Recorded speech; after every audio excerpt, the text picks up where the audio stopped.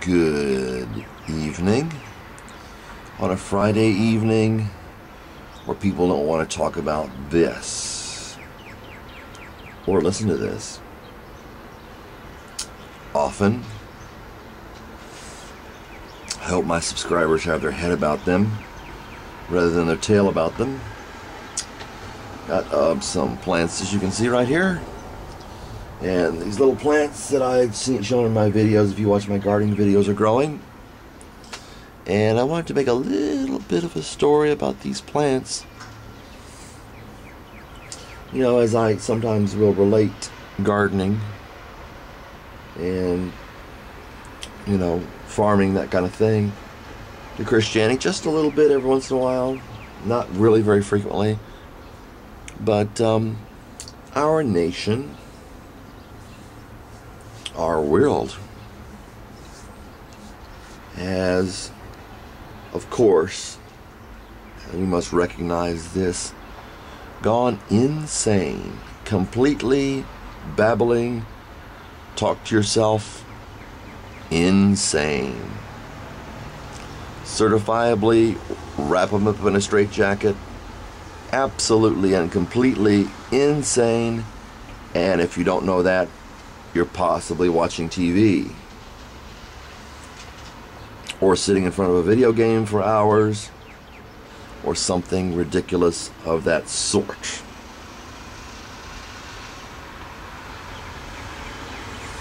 I've seen some information, which I knew already, of the several subliminal messages that are propagated by what we call entertainment. When it's silliness that seems without a purpose, we must re-recognize the kind of ridiculousness and also the kind of simplicity of something like this, that, for all we know, and is probably generally assumed, don't take in all the craziness in the world. They just grow, and beautiful, aren't they? Just little. I actually think those are pea plants now. I think I may have mistaken them for something else.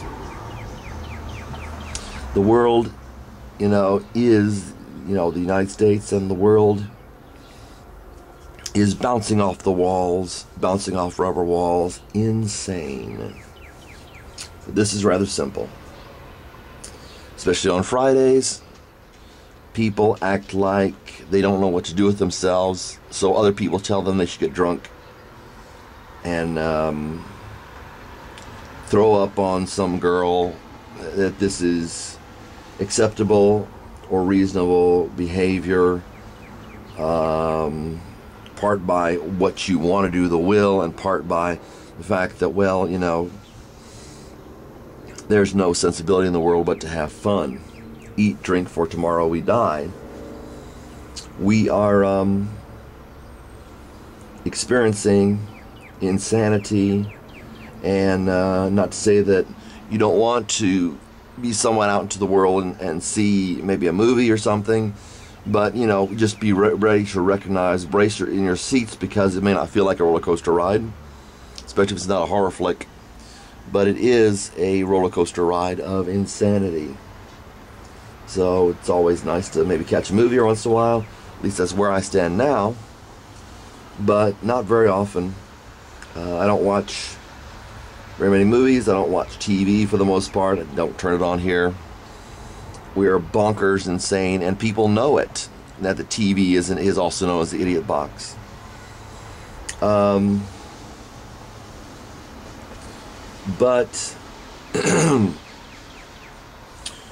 we are living in a society that, somewhat sensibly so, somewhat insensibly so, would like to avoid pain. And this has driven us crazy. I'm wondering, and I'm beginning to be convinced that at some level, that poorer countries have more sense than we. Whether you be in whatever country that has money, or be someone in a country that has money, that the poor tend to have more sense. Jesus said, "Woe to you rich." I don't think it meant it was bad to be rich because, or you know, it was a curse because God gave riches to David.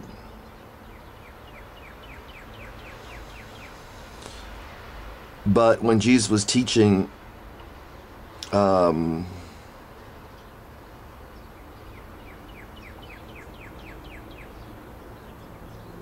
poor would listen to him.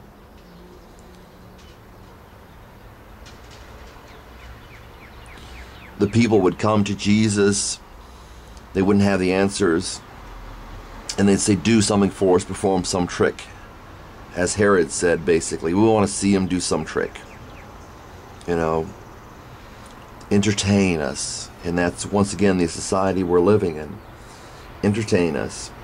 Much different from this simple thing, which is positive, you know, exciting and all that stuff. But it's not blood and gore on TV, so people don't like it.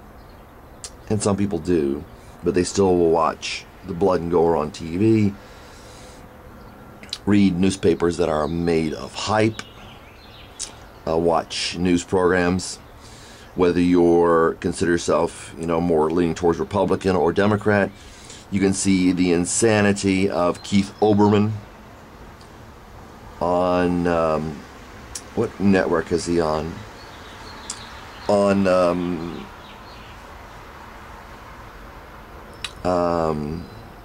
was it CNN perhaps? Or you can see the insanity of especially Sean Hannity, Hannity and Combs, on your favorite little, you know, Republican side of the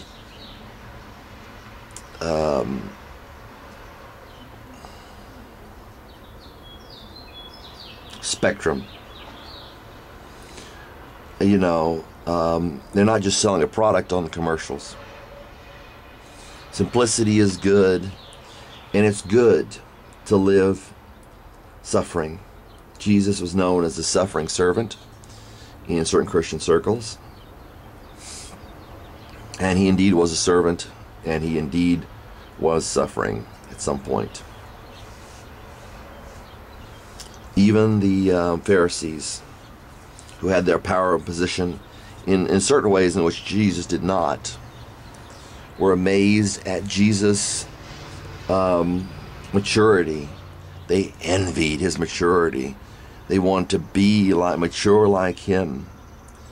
They wanted to impress the people, I think, you know, perhaps foremost.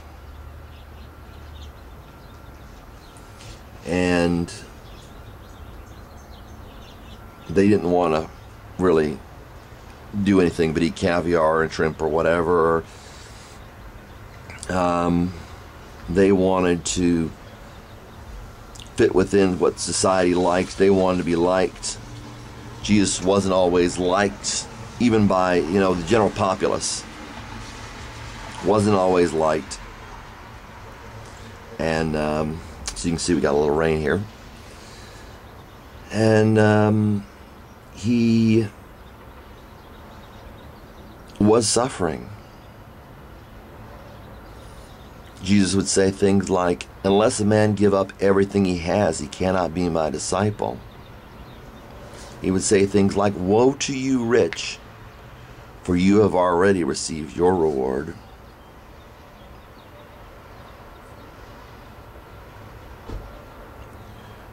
Blessed are you poor.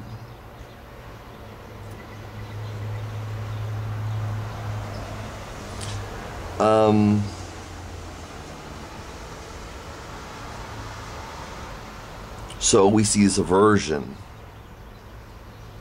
to any sort of pain whatsoever. Whereas when you get these plants, and there is, you know, apparently some people that will tell you